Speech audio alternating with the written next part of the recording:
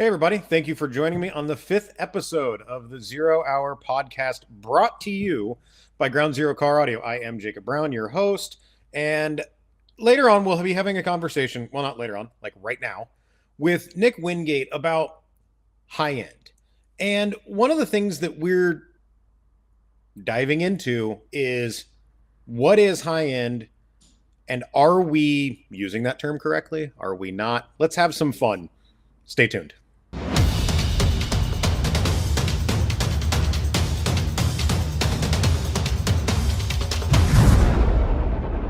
All right, so high-end audio. What is it meant to me? What is it? And it's this thing that we throw around this term, right?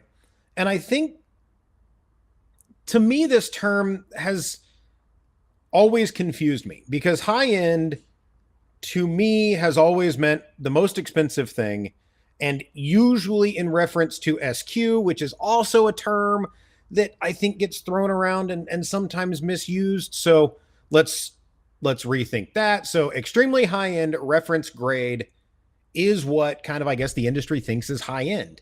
And I've had conversations over the last, better part of 15 years um on this side of the fence talking about are we using these terms correctly? And one of the people who has helped me, I think, change maybe my perception or anything along those lines is a longtime friend of mine, Nick. So I'm going to bring him in because the thing that I want to do is hopefully it's stir the pot on this concept of what is high end and are we using this term correctly. So Nick, it's going to be nice to see you as soon as you pop up on the screen, but I really want to know what is your take on high end and are we correct?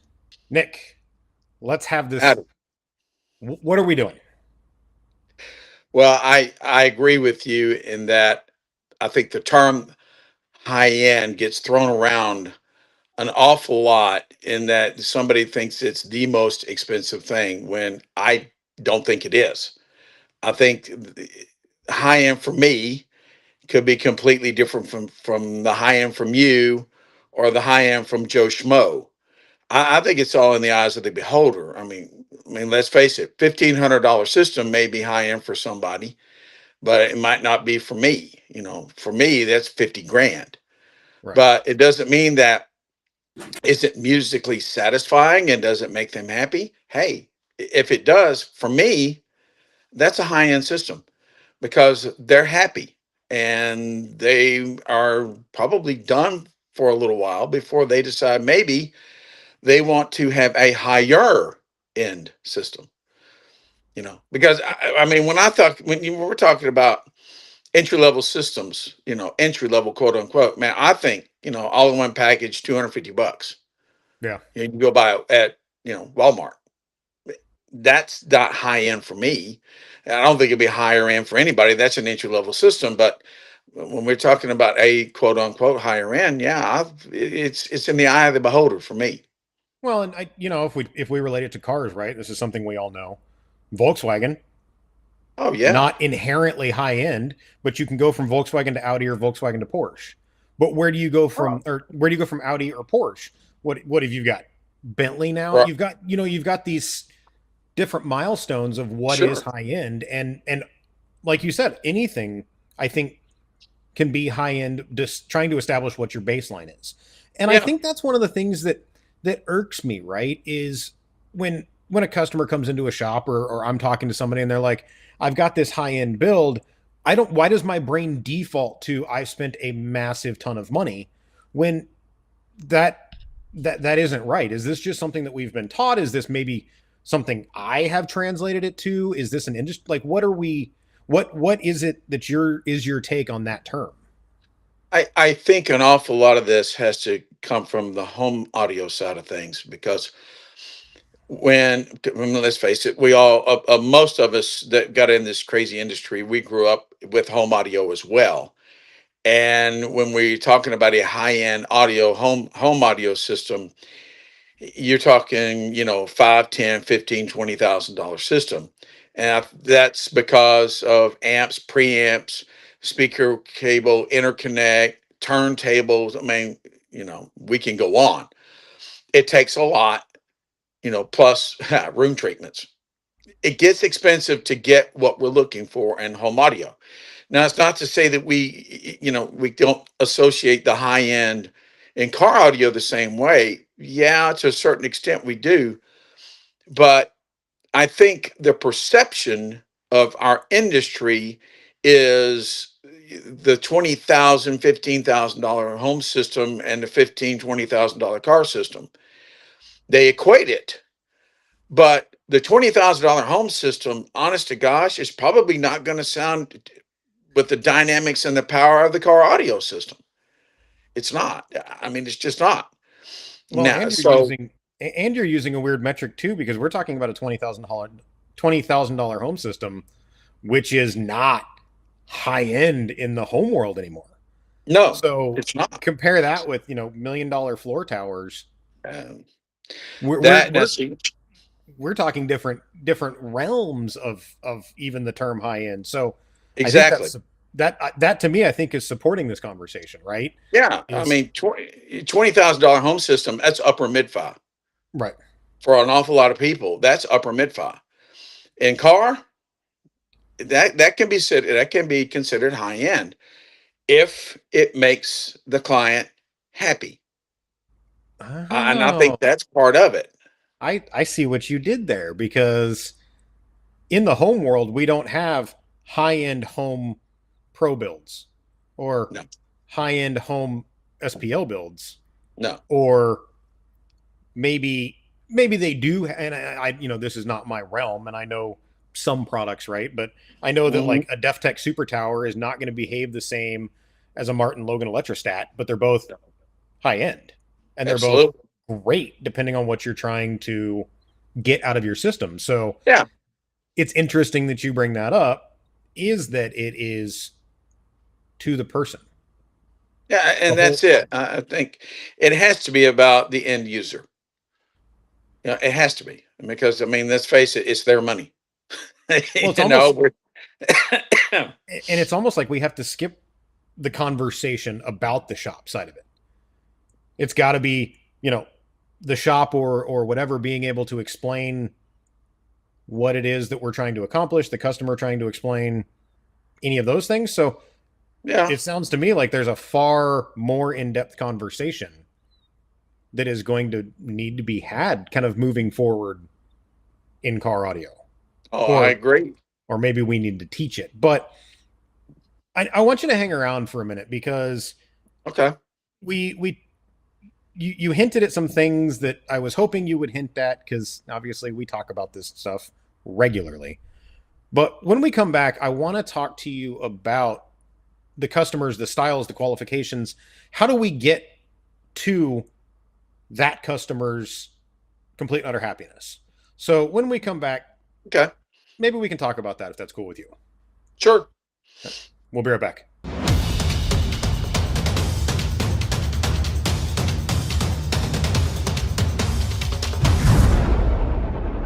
Now, okay, so welcome back. Obviously, we're going to continue this conversation because I'm super curious, and it's something that I guess maybe even to that degree, I have talked about the difference in terms SQ, or in the term SQ, over the last several years in our trainings, in conversations online, everything along those lines. Like SQ, I think, was the first one of these terms that I had to take a step back and go, I think the term SQ is misspelled SG. And what I mean by that is people use the term sound quality in exchange for what it actually is trying to imply, which is sounds good. They want it to sound good at their listening style. So if we're talking about high end, I think honestly we can maybe mention that same point, because if we're talking about high end, isn't it still different strokes for different folks? Isn't it still, like you said, in the eye of the beholder of what is high end? Yeah, I think it is. Um, you know, when we're talking about folks that have a a level of involvement in the music that stems, let's say, from the club or going to a nightclub or going to a concert, and it's outdoors and it's 115 dB, that's their perception of what sounds good. Mhm. And if that's what they want in their vehicle is that type of sound, then okay, if that's what they want, then there's a side of the industry that can provide that to them. But it's still, you and I both know it. We can get them the best pro audio drivers made, and we get great amplification that goes with it. But it still comes down to what you're doing when you tune the car. Right. And Ah, and not just that, but it's a whole bunch of other things that all roll into this high-end package. yeah. So you mentioned Pro, right? I've had Mhm, conversations. Rob and I have taught the concept of Pro SQ for a long time. mhm, We've done what I feel is a great job of trying to help educate the industry on the difference between like a reference SQ and a daily SQ or a daily driver style build. mhm. Um, Pro SQ, like you said, I can build you a three-way with pro audio drivers that are absolutely phenomenal, that are high end, Yep. and execute something that I can't do with a traditional reference style driver, which is Correct. make a car that's 120 dB with the windows down, pinpoint accurate on the windshield, cruising down the freeway. Sure. I'm not going to really accomplish that with what I think the industry equates high end drivers to. At least not Yes.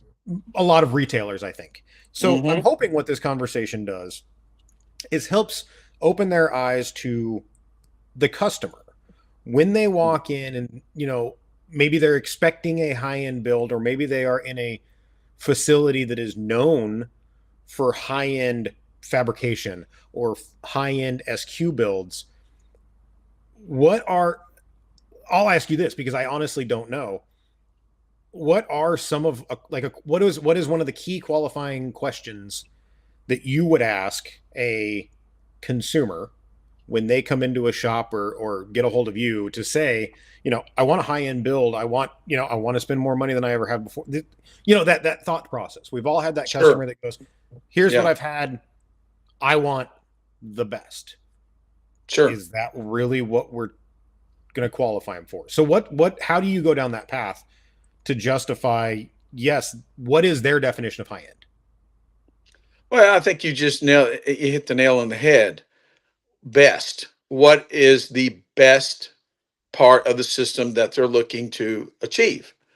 For some people, it's bass out the wazoo, 140, 150 dB in bass, and then they're going to want the front stage and the mid bass and the mid ranges and the tweeters to keep up with it. Mm-hmm. Okay, that's one way of doing it. Then, if they want extreme imaging and staging with tremendous depth, okay, there's going to be a different route. That's a different choice in speakers, different type of install, different choice in amplification, DSP processing. That's a different story. If they're wanting basically, like you were talking about, 120 dB driving down the highway, and they want to be able to have it loud and clear and dynamic, well, that's a different build. And you have to be if you're a shop and you're wanting to do all of this, you are going to have to be a jack of all trades. Mm-hmm. Because being able to accomplish all three of those, which is primarily what we're talking about, these three types of systems, you got to be really good at this. And that's not something that every shop in this country can pull off. Okay. I honestly don't know of very many that could. And that's not saying anything bad about No, the shops that do no. a high end reference build or a high end SPL build. I think you can't. Most guys aren't going to be an American performance shop and a European performance shop in the same building. No. So I guess that is an interesting thought process. Um, to try and educate, I learn Mm. all of the things to be able to say, if I want to be high end, one, I need to understand what high end is and what it means to my customer. But two, be able to execute on what the customer is explaining to you that they need to fill that void, I guess, or that want and desire. Yeah. Is that about the most accurate way to sum that up? Yep, absolutely. You have to ask the questions to find out what their wants, needs, and desires are. And then as the shop, it's going to be your job to exceed those expectations. And That's I think, that's business 101 in audio. It always has been.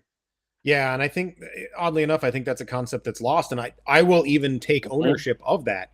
That for a long time, I would have told you hands down I was an SQ guy. And I've said this before, and I will continue to say it. I was wrong most Mhm. of my career because I am more of a fan of higher end daily builds, whether it's utilizing pro gear, utilizing a daily driver style build. But, I've sat in some absolutely phenomenal, dead nuts accurate, beautifully tuned cars. And I kind of get out and go, all right, cool. It's on paper, it's perfect. On Yep. paper, it's doing exactly what music should do. But why am I feeling like I'm missing something? And Mhm. I've sat in some that are that way that I get out going, oh, holy crap, I just learned something about myself. There are little things that I can take from them. But for my entire career, I feel like I've been using that term, using my explanation of what I want wrong. And Mhm. if I walked into a shop and said I want a high end build and they give me a reference SQ build, I'm not going to be happy.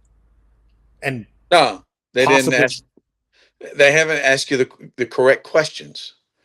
and They and didn't go out, they didn't ask you what is the one thing in your current system that you would like to improve upon if they and have a system right now. that's a good question because one of the other things too that I ask a lot of is, and this is something that I've learned in more of the tech support and troubleshooting side of the industry, Mhm. but like, what's your favorite playlist on your phone? Yeah. Let me see what you listen to on a regular basis, or can you explain to me when you say loud what you mean by loud? Mhm. Because your definition, Nick Wingate, of loud is different than mine, and it's Yeah. certainly different than Andy Smith, who builds all of the bikes that we Yeah. travel with, Yeah, that that's are the truth. absolutely. I mean, don't get me wrong; they're phenomenal sounding, and they are what I would equate Absolutely. high end in the motorcycle audio world. But I don't want that in a car. No. I could listen to it at a much lower volume in a car, but I don't No. want anything that does that. Um, No.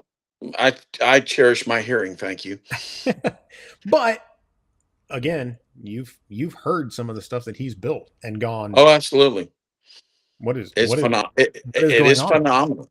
Right. It sounds freaking amazing.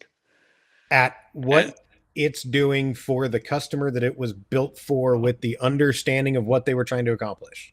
yeah, And it's yeah. if that client wasn't happy, I need to have a conversation with them because Yeah. I don't know what they're looking for. Something no. No, I don't either. Um, so okay. So I think we've established that the term high end is a catch-all. Yeah, I think it is. And it needs to, at least in the 12-volt world. Again, we've Mhm. mentioned that in the home world it's different. There's kind of a singular style of thought process for those customers. Um, Mhm. the guys that are willing to spend more money are chasing kind of all the same thing, maybe just slightly different executions of the same thing, but it's Yeah, it's the depends if same. it just depends if they're wanting horns or if they're wanting electrostats or if they're wanting, piston dynamic speakers. Yeah, but it's still the same thing. They're all looking for the closest thing to the reproduction of the musical instrument or Mhm. instruments or the person singing or the venue in which this was recorded in. Yeah, that's what high-end home audio is all about. And we have to kind And of take that thought process and evaluate it in yeah, multiple different lanes. of if you want reference, then you've got Yes. reference, but what style of driver do you want? If you Uh, want daily, what style of driver? I mean, we Yeah. have all of those things in multiple different avenues that aren't just Sure. limited to reference. Oh, no, Okay. absolutely not. You know, the thing that I think we as an industry probably should take two steps back and take a long, hard look at ourselves is going, how are we actually qualifying the clients today? Okay. I don't, for me, there's always going to be, the standard questions we all ask, Hmm. and everybody knows what those are. But once you narrow it, you still have to narrow it down because um, let's face it, we've got salespeople that have a nasty habit of selling out of their back pocket. I'm sorry, they do. We all know that. And they don't get to the nitty gritty of what the client is actually wanting. They're shoehorning everybody into this system that will play loud and it's dynamic and it'll sound good. Okay, but which one of those three is the most important to the client? Right. Did you find out? Did you ask? Probably not. And is the gear that you're using designed for it, or are you making it work? And Again, that is something that I want to talk about when we come back from the break, because I think the path that you were going down just now is almost the most important part of this. Not just qualifying, right? mm-mm. Qualifying is the top of the pyramid, and where do you go from there? But I Yep. think I want to talk about some things when we come back that are going to help either customers be able to relay their wants and needs, or shops be able to ask the right Yep. questions. And I am going to ask you, hopefully, the right questions, because you're screwing with me right now, and I appreciate it. We'll be right back.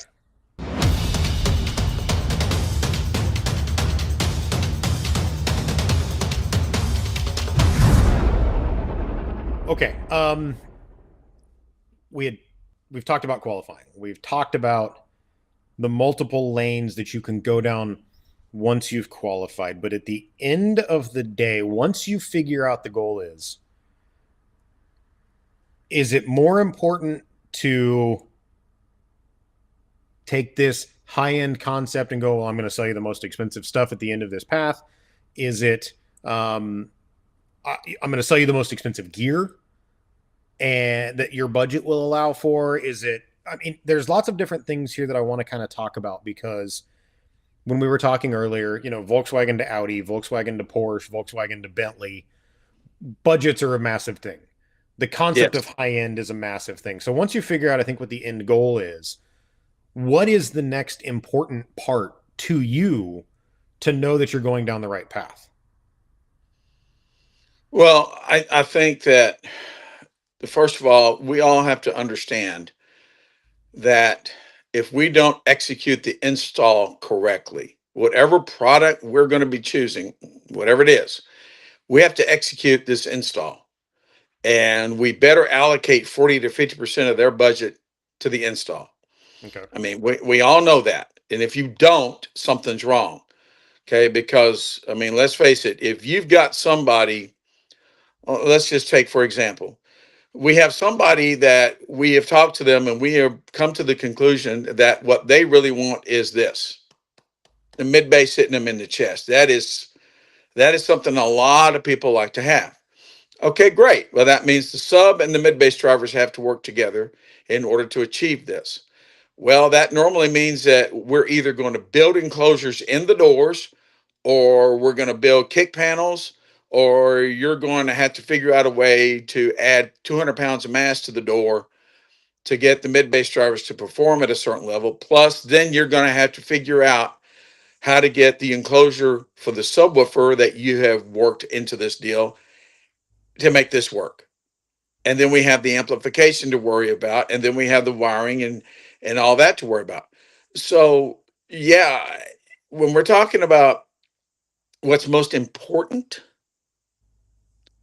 it depends on what the client wants. And I know that sounds like a broken record, and I get it, but it's just the God's honest truth.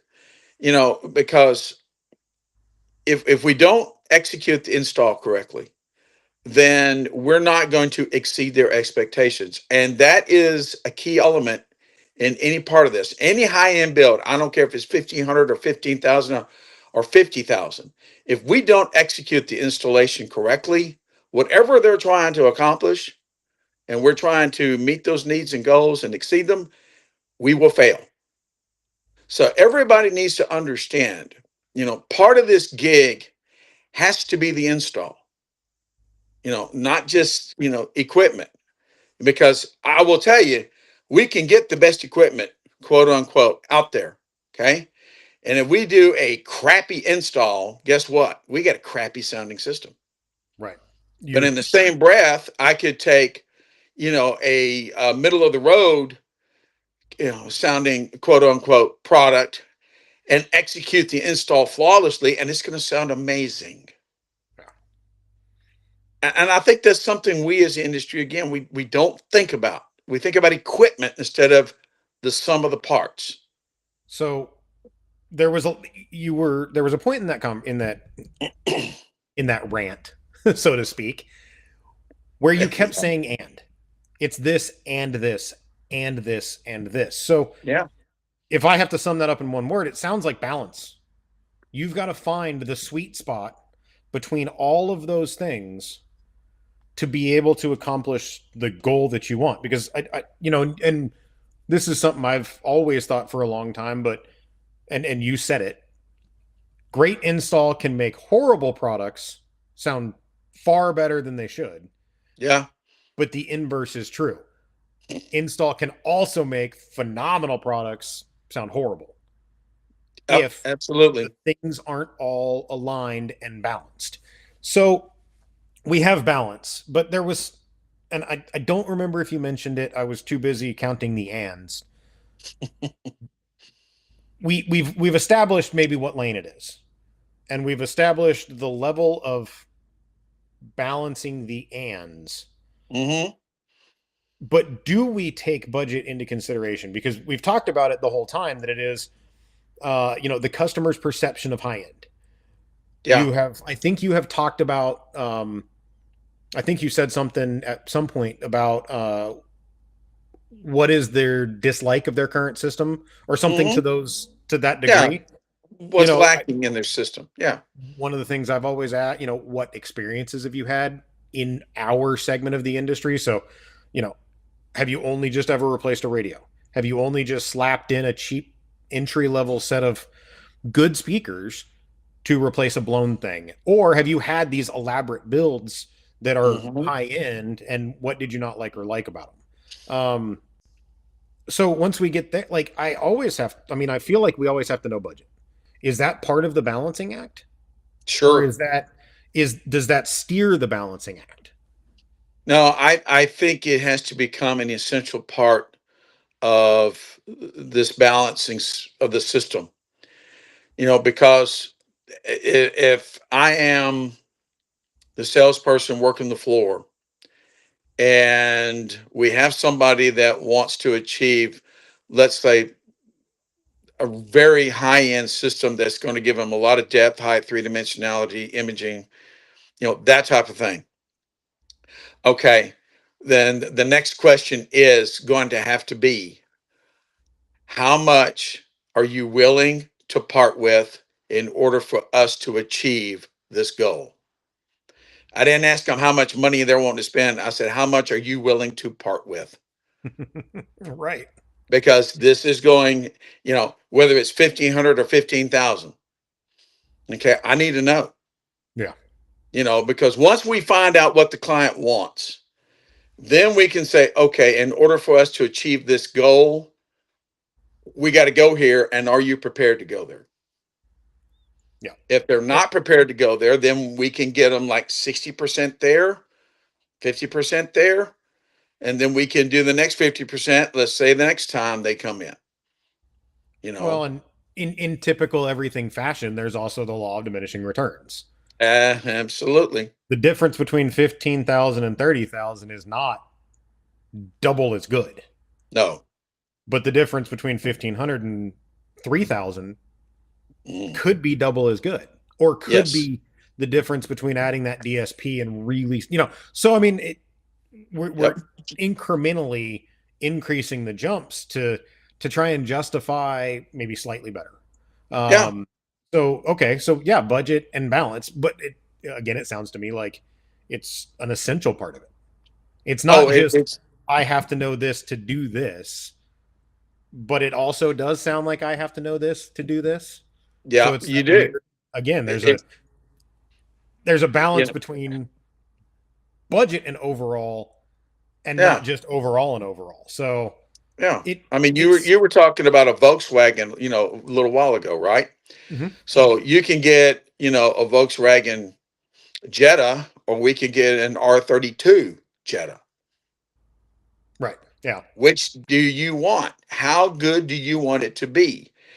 We can get you 60 or 70% of it just by a standard Jetta.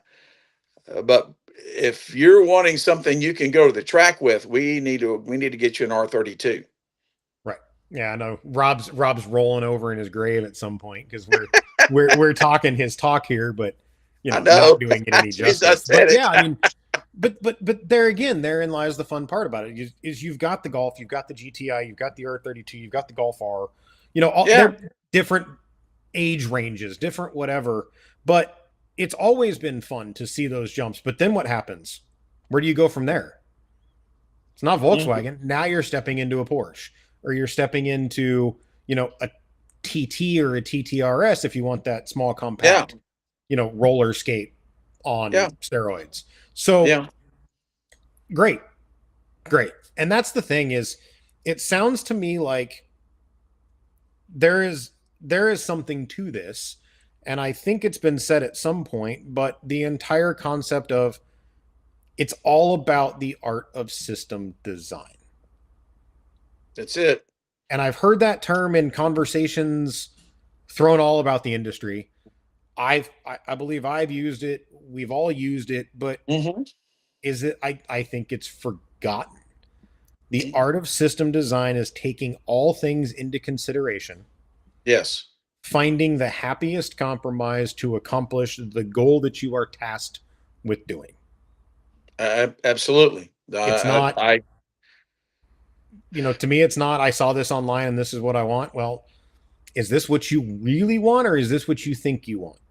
Yeah. Let's have the conversation to make sure that you get what you really want for Hmm. your high end build that is based around the check boxes, checklists, check marks of everything that we are talking about. Yeah. It's the gentleman that taught me, oh gosh, 30 years ago. Yeah, I know I'm old. I get it. Okay. One of the things that he told me is you always want to sit down with the client and you want to ask, of all of the things that we're going to be doing with your system, what is the most important aspect of the system that you want it to do? That's the check mark. That's the one thing we got to make absolutely certain we pull off. The rest of it,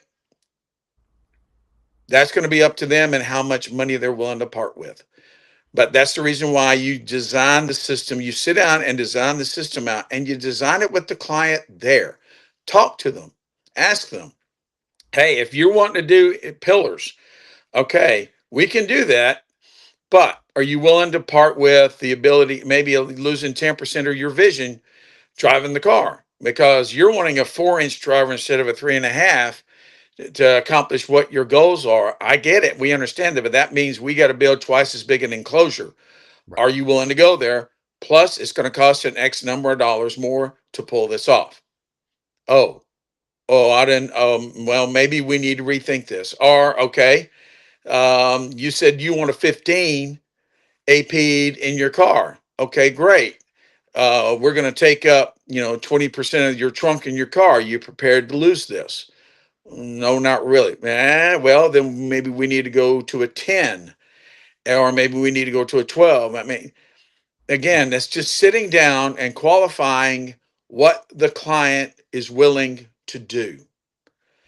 And, I think I agree. It's a lost art because there's so many salespeople that have their go-to systems for an F-150, and we all know it.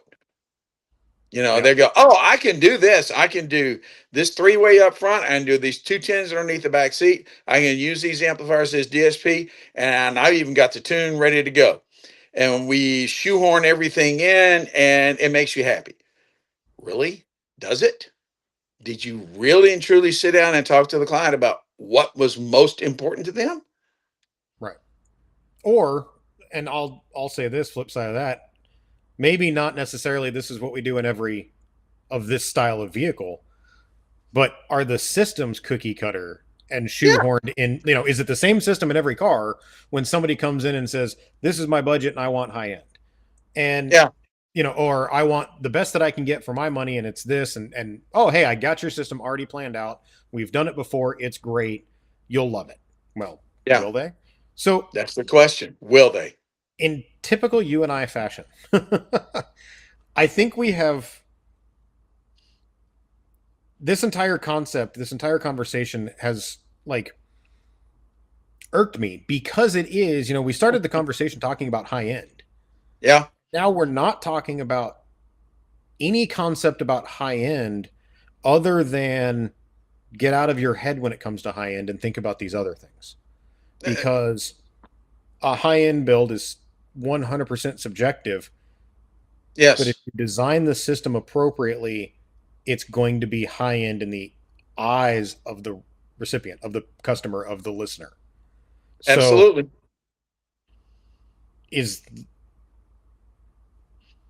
is the thought process behind this entire conversation, if you hear high end, turn off your brain and do what you're supposed to do, which is have a conversation.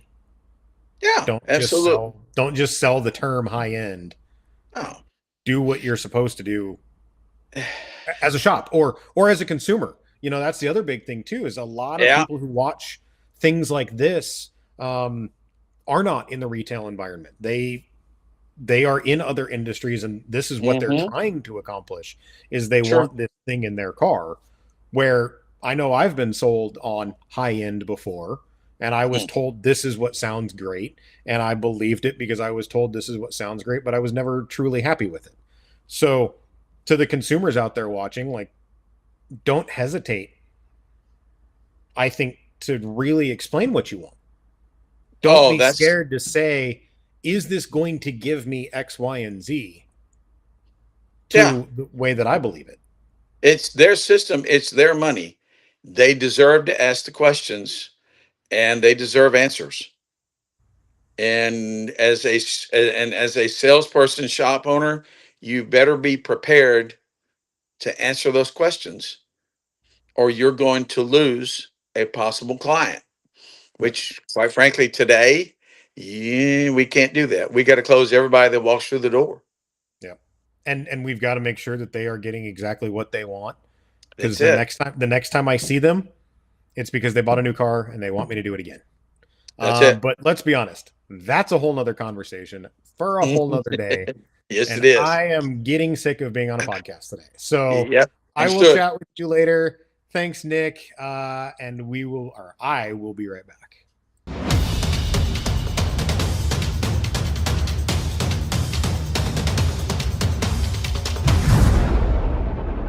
And that'll do it for the 5th episode of the 0 Hour podcast. Man, I love doing this so much I can't even remember the name. But here's the thing. I can only sit up here and come up with so many things to talk about, or ideas.